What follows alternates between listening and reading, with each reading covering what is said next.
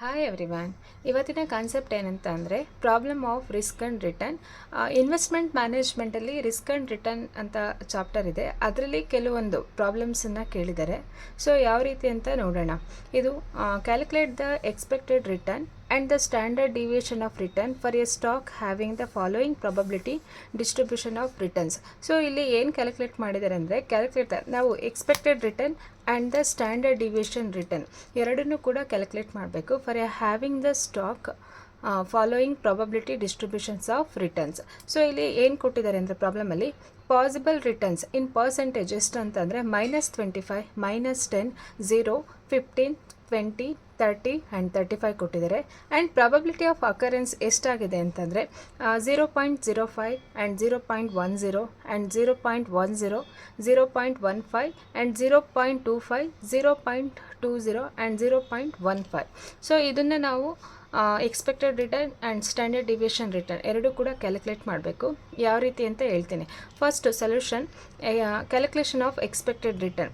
Possible ರಿಟರ್ನ್ಸ್ನ ನಾವು R ಅಂತ ಕನ್ಸಿಡರ್ ಮಾಡ್ತೀವಿ. Possible returns and probability P and product ಎಷ್ಟು ಅಂತ ಅಂದರೆ ಟೋಟಲ್ ಇಲ್ಲಿ ಪಿ ಇಂಟು ಆರ್ನ ಮಲ್ಟಿಪ್ಲೈ ಮಾಡಬೇಕು. ಇಲ್ಲಿ ಪಾಸಿಬಲ್ ರಿಟರ್ನ್ ಫಸ್ಟ್ ಎಷ್ಟು ಕೊಟ್ಟಿದ್ದಾರೆ ಅಂದರೆ -25ಗೆ 0.05 ಕೊಟ್ಟಿದ್ದಾರೆ. ಮಲ್ಟಿಪ್ಲೈ ಮಾಡಿದ್ರೆ ನಮಗೆ -1.25 ಬರುತ್ತೆ.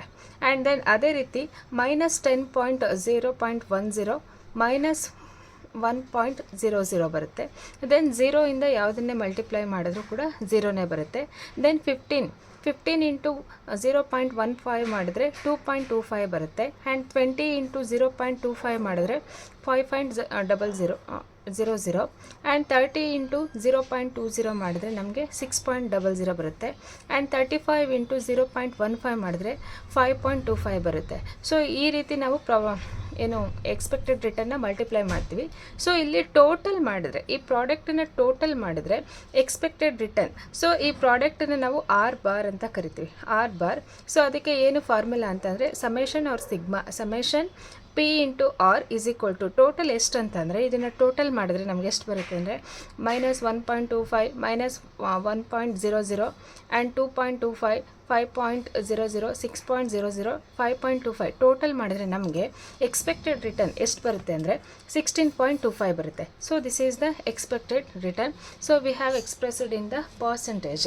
ಅದಾದಮೇಲೆ ನೆಕ್ಸ್ಟು ನಮಗೆ ಇದು ಎಕ್ಸ್ಪೆಕ್ಟೆಡ್ ರಿಟರ್ನ್ ಆಯಿತು.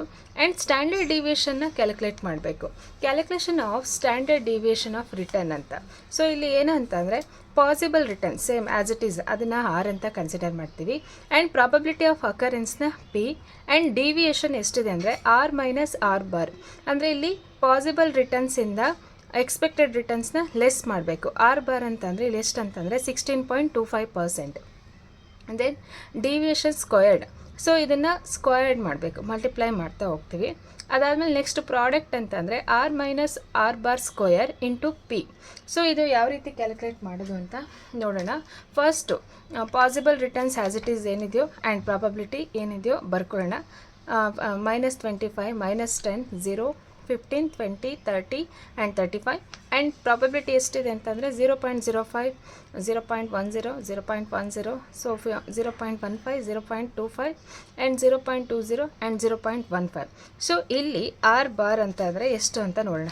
ಸೊ ಇವಾಗ ನಮಗೆ ಪಾಸಿಬಲ್ ರಿಟರ್ನ್ಸ್ ಎಷ್ಟಿದೆ ಅಂದರೆ -25 ಇದೆ. ಸೊ ಇಲ್ಲಿ ನೀವು -25 -16.25 ಟೋಟಲ್ ಮಾಡಿದ್ರೆ 41.25 ಬರುತ್ತೆ. ಅಂದರೆ ಇಲ್ಲಿ -41.25. ಅದೇ ರೀತಿ ಸೊ ಟೋಟಲ್ -10ಇಂದ ಮೈನಸ್ ಮಾಡಿದ್ರೆ -16.25 ಮಾಡಿದ್ರೆ 26.25. ಸೊ ಅಂದರೆ ಇದರಿಂದ ನಾವು ಎಕ್ಸ್ಪೆಕ್ಟೆಡ್ ರಿಟರ್ನ್ ಏನಿದೆಯೋ ಅದನ್ನು ಮೈನಸ್ ಮಾಡ್ತಾ ಹೋಗ್ತೀವಿ. ಸೊ ಇಲ್ಲಿ 0 -16.25 ಮಾಡಿದ್ರೆ ಸೇಮ್ ಬರುತ್ತೆ. ಆ್ಯಂಡ್ 15 -16.25 ಮಾಡಿದ್ರೆ -1.25 ಬರುತ್ತೆ. ದೆನ್ 20ಇಂದ 16.25%ನ ಲೆಸ್ ಮಾಡಿದ್ರೆ 3.75. ಹಾಗೆ 30ಇಂದ -16.25 ಮಾಡಿದ್ರೆ 13.75 ಬರುತ್ತೆ. ದೆನ್ 35 ಮೈನಸ್ 16.25 ಮಾಡಿದ್ರೆ 18.75 ಬರುತ್ತೆ. ಸೊ ಇದನ್ನು ನಾವು ಡಿವಿಯೇಷನ್ ಅಂದರೆ ಆರ್ ಮೈನಸ್ ಆರ್ ಬಾರ್.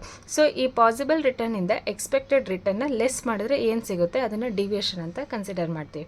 ಅದಾದಮೇಲೆ ನೆಕ್ಸ್ಟು ಡಿವಿಯೇಷನ್ ಸ್ಕ್ವೇರ್ಡ್ ಅಂತಂದರೆ ಸೊ ಇಲ್ಲಿ ನಮ್ಗೆ ಎಷ್ಟು ಬಂದಿದೆ ಅಂತಂದರೆ ಫಸ್ಟು ಮೈನಸ್ 41.25 ಬಂದಿದೆ. -41.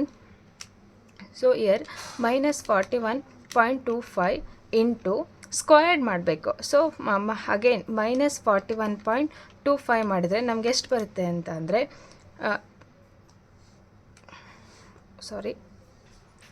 ಇಲ್ಲಿ ನೋಡಿ. ಸೊ -41.25 ಇಂಟು 41.25 ಮಾಡಿದರೆ ಇಲ್ಲಿ ನಮಗೆ 1701.56 ಬರುತ್ತೆ. ಸೊ ಇದನ್ನು ಸ್ಕ್ವೇರ್ ಮಾಡಬೇಕು. ಸೊ ಅದೇ ರೀತಿ -26.25 ಇಂಟು -26.25 ಮಾಡಿದ್ರೆ 689.06 ಬರುತ್ತೆ. ದೆನ್ ಇದನ್ನು ಸ್ಕ್ವೇರ್ಡ್ ಮಾಡಿದ್ರೆ ಸೊ -16.25ನ ಸ್ಕ್ವೇರ್ಡ್ ಮಾಡಿದ್ರೆ 264.06. ಅದೇ ರೀತಿ -1.25ನ ಸ್ಕ್ವೇರ್ಡ್ ಮಾಡಿದ್ರೆ 1.56 ಆ್ಯಂಡ್ 3.75ನ ಸ್ಕ್ವೇರ್ ಮಾಡಿದ್ರೆ 14.06. ದೆನ್ 13.75ನ ಸ್ಕ್ವೇರ್ ಮಾಡಿದ್ರೆ 189.06. ಸೊ 18.75ನ ಸ್ಕ್ವೇರ್ ಮಾಡಿದ್ರೆ 351.56. ಸೊ ಈ ರೀತಿ ಸ್ಟ್ಯಾಂಡರ್ಡ್ ಡಿವಿಯೇಷನ್ನ ಸ್ಕ್ವೇರ್ಡ್ ಆಗುತ್ತೆ. ಸೊ ಇವಾಗ ನೆಕ್ಸ್ಟು ಏನಂತ ಅಂದರೆ so R minus R bar into R square into P. So ಇಲ್ಲಿ ಪಿ ಅಂತಂದರೆ ಪ್ರಾಬಬಿಲಿಟಿ ಎಷ್ಟಿದೆ ಅಂತ ನೋಡಬೇಕು.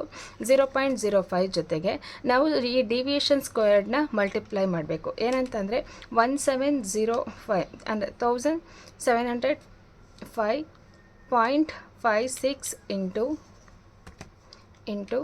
0.05 ಮಾಡಿದ್ರೆ ನಮ್ಗೆ ಎಷ್ಟು ಬರುತ್ತೆ ಅಂದರೆ 85.08 ಬರುತ್ತೆ. ಅವ್ರು 85.27 ಅಂದರೆ ನೀವು ಇಲ್ಲಿ ಡಿಜಿಟ್ಸ್ನ 2 ತೊಗೊಂಡ್ರೆ ಸಾಕು. ಸೊ ಅದೇ ರೀತಿ ನೆಕ್ಸ್ಟು 0.10 ಇಂಟು 689.06 ಮಾಡಿದ್ರೆ 68.9 ಬರುತ್ತೆ. 0.10 ಇಂಟು 264.06 ಮಾಡಿದ್ರೆ 26.41 ಬರುತ್ತೆ. ಅದೇ ರೀತಿ 0.15 ಇಂಟು 1.56 ಮಾಡಿದ್ರೆ 0.23 ಬರುತ್ತೆ. ಆ್ಯಂಡ್ 0.25 ಇಂಟು 14.06 ಮಾಡಿದ್ರೆ 3.52 ಬರುತ್ತೆ. ಆ್ಯಂಡ್ 0.20 ಇಂಟು 189.06 ಮಾಡಿದ್ರೆ 37.81 ಬರುತ್ತೆ. ದೆನ್ ಅದೇ ರೀತಿ 0.15 ಇಂಟು 351.56 ಮಾಡಿದ್ರೆ 52.73 ಬರುತ್ತೆ. ಸೊ ಇದನ್ನು ಮಲ್ಟಿಪ್ಲೈ ಮಾಡಾದ್ಮೇಲೆ ಟೋಟಲ್ ಮಾಡಬೇಕು. ಟೋಟಲ್ ಅಂತಂದರೆ ಎಷ್ಟು ಅಂತಂದರೆ sigma is equal to R minus power of R whole square into P ಮಾಡಿದ್ರೆ ಟೋಟಲ್ ಎಷ್ಟು ಬಂದಿದೆ ಅಂತಂದರೆ ಇದನ್ನು ಟೋಟಲ್ ಮಾಡಿದ್ರೆ 274.69 ಬಂದಿದೆ. ಸೊ ಇದನ್ನು ಪ್ರಾಡಕ್ಟ್ ಜೊತೆ ಡಿವಿಯೇಷನ್ ಸ್ಕ್ವೇರ್ಡ್ನ ಪ್ರಾಬಬಿಲಿಟಿ ಜೊತೆ ಮಲ್ಟಿಪ್ಲೈ ಮಾಡಿದಾಗ ಇಲ್ಲಿ ಪ್ರಾಡಕ್ಟ್ ಬರುತ್ತೆ. ಸೊ ಅದನ್ನು ಟೋಟಲ್ ಮಾಡಿದ್ರೆ 274.69 ಬರುತ್ತೆ. ಸೊ ಇಲ್ಲಿ ಸ್ಟ್ಯಾಂಡರ್ಡ್ ಡಿವಿಯೇಷನ್ ಇವಾಗ ಯಾವ ರೀತಿ ಕ್ಯಾಲ್ಕುಲೇಟ್ ಮಾಡೋದು ಅಂದರೆ standard deviation is equal to summation R minus R bar square into P. So ಇದಕ್ಕೆ ಸ್ಕ್ವೇರ್ ರೂಟ್ ಬರುತ್ತೆ ಅಂದರೆ 274.69 ಬರುತ್ತೆ. ಸೊ ಇಲ್ಲಿ ನೋಡಿ 274.69 ಸ್ಕ್ವೇರ್ ರೂಟ್ ಮಾಡಿದ್ರೆ ನಮ್ಗೆ ಆನ್ಸರ್ ಎಷ್ಟು ಬರುತ್ತೆ ಅಂದರೆ 16.57% ಬರುತ್ತೆ. ಸೊ ಇಲ್ಲಿ ನಾವು ಎಕ್ಸ್ಪೆಕ್ಟೆಡ್ ಅಂದರೆ ಎಕ್ಸ್ಪೆಕ್ಟೆಡ್ ರಿಟರ್ನ್ಸ್ನ ಮಾಡುವಾಗ ನಮ್ಗೆ ಎಷ್ಟು ಬಂದಿದೆ ಅಂದರೆ 16.5% ಬಂದಿದೆ. ಅದೇ ಸ್ಟ್ಯಾಂಡರ್ಡ್ ಡಿವಿಯೇಷನಲ್ಲಿ ಮಾಡಿದಾಗ 16.5% ಬಂದಿದೆ. ಸೊ ಇಲ್ಲಿ expected return and standard deviation ಕೂಡ ಸೊ ಈಕ್ವಲ್ ಅಂದರೆ ಸ್ವಲ್ಪ ಸ್ಟ್ಯಾಂಡರ್ಡ್ ಡಿವಿಯೇಷನಲ್ಲೇ ಪರ್ಸೆಂಟೇಜ್ ಎಕ್ಸ್ಟ್ರಾ ಇದೆ. ಸೊ ಈ ರೀತಿ ನಾವು ಅಂದರೆ ಎಕ್ಸ್ಪೆಕ್ಟೆಡ್ ರಿಟರ್ನ್ ಸ್ಟ್ಯಾಂಡರ್ಡ್ ಡಿವಿಯೇಷನಲ್ಲಿ ಫುಲ್ಫಿಲ್ ಆಗಿದೆ. ಸೊ ಈ ರೀತಿಯಾಗಿ ನಾವು expected returns and standard deviation calculate ಮಾಡ್ತೀವಿ. ಈ ಥರ ಪ್ರಾಬ್ಲಮ್ನ ಎಕ್ಸಾಮಲ್ಲಿ 4 ಮಾರ್ಕ್ಸಿಗೆ ಕೇಳಿರ್ತಾರೆ. ಇದು ಇನ್ವೆಸ್ಟ್ಮೆಂಟ್ ಮ್ಯಾನೇಜ್ಮೆಂಟಲ್ಲಿ ರಿಸ್ಕ್ ಆ್ಯಂಡ್ ರಿಟರ್ನ್ ಅನ್ನೋ ಚಾಪ್ಟ್ರಲ್ಲಿದೆ. ಅಂದರೆ ಇರೋದೇ ತುಂಬ ಕಮ್ಮಿ ಪ್ರಾಬ್ಲಮ್ಸು. ಅದರಲ್ಲಿ ಥಿಯರಿ ಪಾರ್ಟು ಇದೆ ಆ್ಯಂಡ್ ಪ್ರಾಬ್ಲಮ್ಸು ಇದೆ. ಈ ಥರ ಪ್ರಾಬ್ಲಮ್ಸ್ ಎಕ್ಸಾಮ್ಗೆ ತುಂಬಾ ಇಂಪಾರ್ಟೆಂಟ್. ಆ್ಯಂಡ್ ನಿಮ್ಗೆ ಈ ವಿಡಿಯೋ ಇಷ್ಟ ಆಗಿದ್ರೆ ಪ್ಲೀಸ್ ಲೈಕ್ ಮಾಡಿ ಆ್ಯಂಡ್ ಶೇರ್ ಮಾಡಿ. ಆ್ಯಂಡ್ ನೀವಿನ್ನೂ ನನ್ನ ಚಾನಲ್ಗೆ ಸಬ್ಸ್ಕ್ರೈಬ್ ಆಗಿಲ್ಲ ಅಂತಂದರೆ ಸಬ್ಸ್ಕ್ರೈಬ್ ಮಾಡಿ. And thank you for everyone who are all watching my channel. Thank you.